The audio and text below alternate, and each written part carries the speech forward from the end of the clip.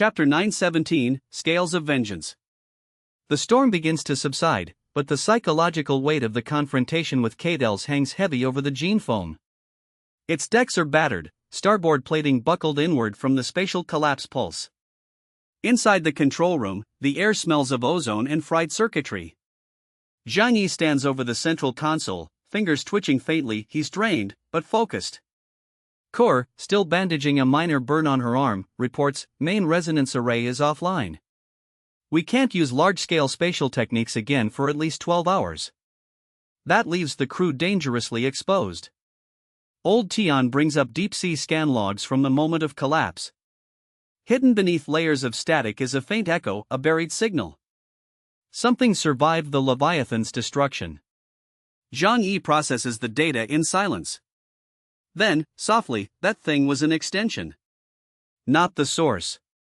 Down in medical, Ai Jingyu is monitored under psychic shielding. Even sedated, she mumbles fragments of Caedel's voice. The tide must turn, she whispers, bones for scale, soul for wave. Fatty Shui proposes retreat. We got her back. Why not go north, regroup? Zhang Yi shakes his head. The thing that touched her is still out there. If we run now, it follows.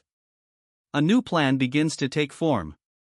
Using the trench coordinates revealed by Old Tian's recon drone, Zhang Yi theorizes that a deep-sea fortress or something ancient lies in the southern seabed, hidden even from Columbia. Before they descend, Zhang Yi assembles the crew. This is no longer a rescue op, he says. This is us knocking on the door of whatever gods the ocean still keeps. They begin descent prep. Below them, darkness without end. Chapter 918, The Bones of the Sea. Descending into the oceanic trench is a journey through history's graveyard. The ship creaks and groans as pressure increases with every kilometer. The trench, once charted during the Old World oil wars, was declared unnavigable, but Zhang Yi's reinforced spatial armor around the hull allows the gene foam to press on. Spotlights sweep across wrecks long forgotten, sunken carriers, rusted merchant ships, and even skeletal remains of mutated whales. The deeper they go, the quieter the world becomes. We're below sonar net, Old Tian mutters. Even the world's navies won't find us here. Zhou Core mans the biosensors. She notes a disturbing pattern. The deeper they go, the more pronounced the psychic field interference becomes.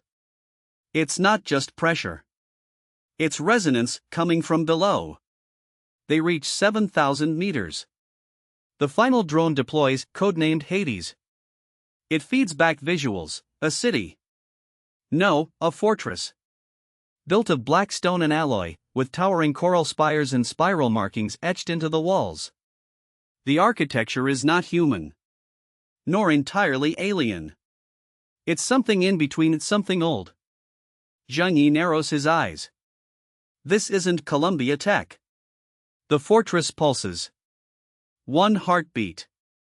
Then two. Ai Jingyu awakens in containment. Eyes blank. She mutters, he's not the king. Core races to Zhang Yi.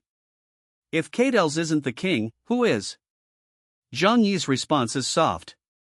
Then we've just entered someone else's domain. Chapter 919, Awakened Eyes. At the ocean floor, the gene foam activates terrain thrusters and stabilizers, locking its position just outside the structure's entry gate. The trench is filled with swirling sediment and bone fragments suspended in brine. No light reaches here naturally. Everything is cast in blue and violet hues from artificial LEDs. Zhang Yi leads the recon team, himself, Fatty Shui, Che Haicheng, and Hua Hua. All are equipped with pressurized suits and neural inhibitors. As they enter the outer ring of the structure, every step feels like treading across memories. The metal beneath their feet hums, not mechanically, but like a chant held in stillness. Che Haicheng reports a strange phenomenon: none of their compasses work. Gravity feels shifted. It's like the walls are folding around us, he mutters. Zhang Yi senses it too. His spatial pulse doesn't bounce cleanly. It absorbs, like the building is alive. Inside a great chamber, they find murals etched images of beings wrapped in water and shadow, offering what look like soul fragments to a massive serpent figure. Beneath it, symbols in a long-forgotten language. Then, something moves. Not a beast. An eye. A single, massive eye embedded in the far wall opens slowly. It's organic, pupil-less, and glowing red. Fatty Shui stumbles backward. That thing's alive, he shouts. But Zhang Yi steps closer. He doesn't draw his weapon. He studies the eye, and something studies back. Then a word is spoken, not aloud, but in the minds of everyone present. Zhang Yi. And the eye closes. Chapter 920, Xuanwu. The team regroups aboard the Jin phone, rattled. Zhang Yi wastes no time. That thing called my name. This place isn't just shelter, it's watching. Lao Tian deciphers part of the mural footage. The serpent-like creature is labeled Xuanwu, a mythological being from Huaxia legend, a god of water and protection, but also death and sacrifice. It's a shell, Tian says. This place, it might be a tomb. Zhou Core analyzes Bai Jingyu's brainwaves and discovers a frequency matching the mural's carvings. The parasite inside her isn't random, it was cultivated. A vessel not for Cadels, but for something older. Zhang Yi recalls old records. During the Mist Valley incursion, spatial anomalies led him to discover a sealed chamber beneath the Earth's crust. The symbols match. Suddenly, the Jin Feng's core shakes violently. The trench outside begins to shift. A voice booms through the hull, not mechanical, not psychic, but divine. You have opened the gate. The outer ring of the fortress begins to rise. What was once a ruin now blooms, metal petals opening like a flower. Inside, suspended in biogel, is a single humanoid figure, tall, armored, and glowing faintly with purple-black energy. It opens its eyes.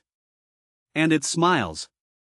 Chapter 921, The Forgotten King. The figure steps forward unaided, its feet never touching the ground. The sensors on board Jin phone go wild. Power levels spike. Systems crash and reboot. This is not a mutant. This is a source entity. Zhang Yi opens a calm channel and attempts first contact. Who are you? The figure replies in flawless Mandarin, its voice neither male nor female. I was the first. The one Cadels ran from. You are the one who heard my song. Zhou Core listens in, dread curling in her gut. We activated it. This whole trench was a prison. Not a tomb. Fatty Shui tries to fire a warning pulse. The energy disperses mid-air. Space doesn't work here, he screams. Zhang Yi engages, dimensional veil, and steps into folded space, attempting to flank the entity. But the entity blinks and appears beside him. You are interesting, it says. Would you like to see your future? A flash, Zhang Yi sees himself standing alone on a ruined Earth, continents submerged, survivors praying beneath a black sky. He jerks back, shivering. The entity continues, you opened the path. Now walk it. And then it vanishes into the sea, leaving behind silence. Zhang Yi falls to one knee. Bai Jingyu, still unconscious, whispers, the king is awake. Chapter 922, The Oath. Zhang Yi stands atop the bow of the Jin phone once more, windless sea stretching before him. Behind him, his team recovers from the psychic fallout of the encounter. Fatty Shui trembles in his sleep. Che Haichang recites prayers. Even the battle-hardened crew speaks only in hushed tones. Zhou Core approaches him quietly. Do you think that thing was Xuanwu? Zhang Yi replies, I think that wasn't even its full form. Just a shadow. A prelude. He now understands why Cadels had deployed so many distractions. The warlord was not trying to dominate the sea, he was trying to contain what slept beneath it. And Zhang Yi, in his pursuit of justice, had broken the seal. He gathers his team in the war room. We go north now. Warn Huaxia. We faced Cadels thinking he was the storm. He was only the tide. The wave is still coming. Old Tian confirms new encrypted Columbia transmissions, panic chatter. Ships have vanished in the South Atlantic. Black waves. Eye-shaped craters in the sea. Zhang Yi draws a red line across the map. We make landfall here. Then we prepare. Kor nods. For war? Zhang Yi, for gods.